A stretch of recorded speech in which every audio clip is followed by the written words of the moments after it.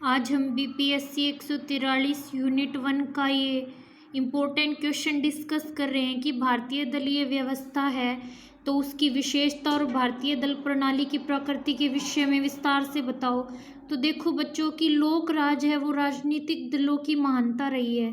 सही बात है।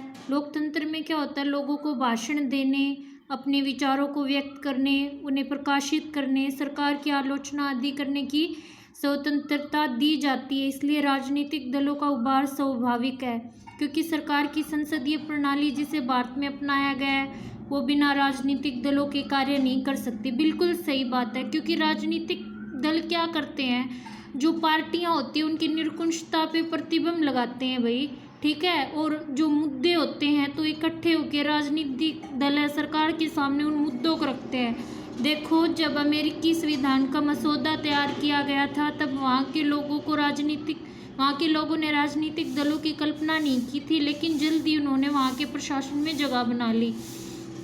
तो ये उदाहरण दिए गए हैं, अमेरिका का उदाहरण दिया गया है, जैसे कि कुछ दल राष्ट्रीय स्तर के हैं, कुछ क्षेत्रीय स्तर तक ही सीमित है, ठीक है।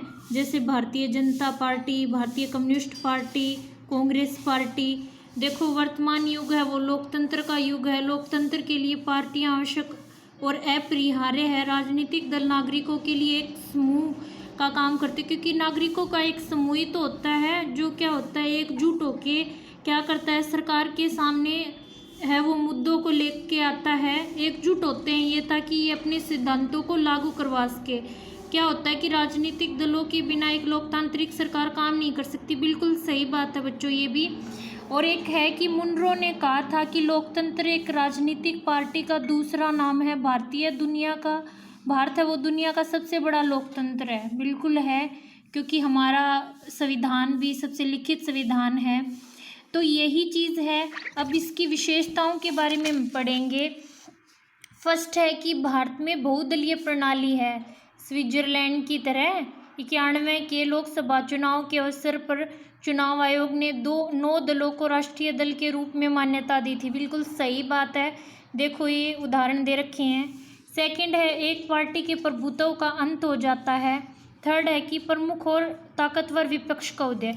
कि बहुदलीय प्रणाली क्या होती है कि जिसमें बहुत सारे दल होते हैं। एक पार्टी के प्रभुत्व का अंत कैसे, कि तानाशाही नहीं होती, जैसे कई देशों में है ना, यहाँ पे बहुत सारे दल हैं तो पार्टी है, एक पार्टी उसका दबदबा नहीं रहता।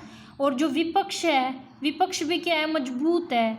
तो इस चीज़ से हमें क्या होता है, फ़ायदा होता है। और फोर्थ है कि चुनाव आयोग राजनीतिक दलों का पंजीकरण।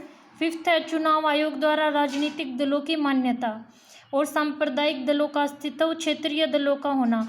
आपको ये पॉइंट याद करने और पेपर में इनको डीप लिखना है। इग्नू वाले स्टूडेंट ध्यान से सुन लो, कम से कम 3 से 4 पेज में क्या करके आना है, आपको आंसर लिख के आना है रिलेटेड, ठीक है। तो नेक्स्ट वीडियो में हम यूनिट 2 स्टार्ट करेंगे।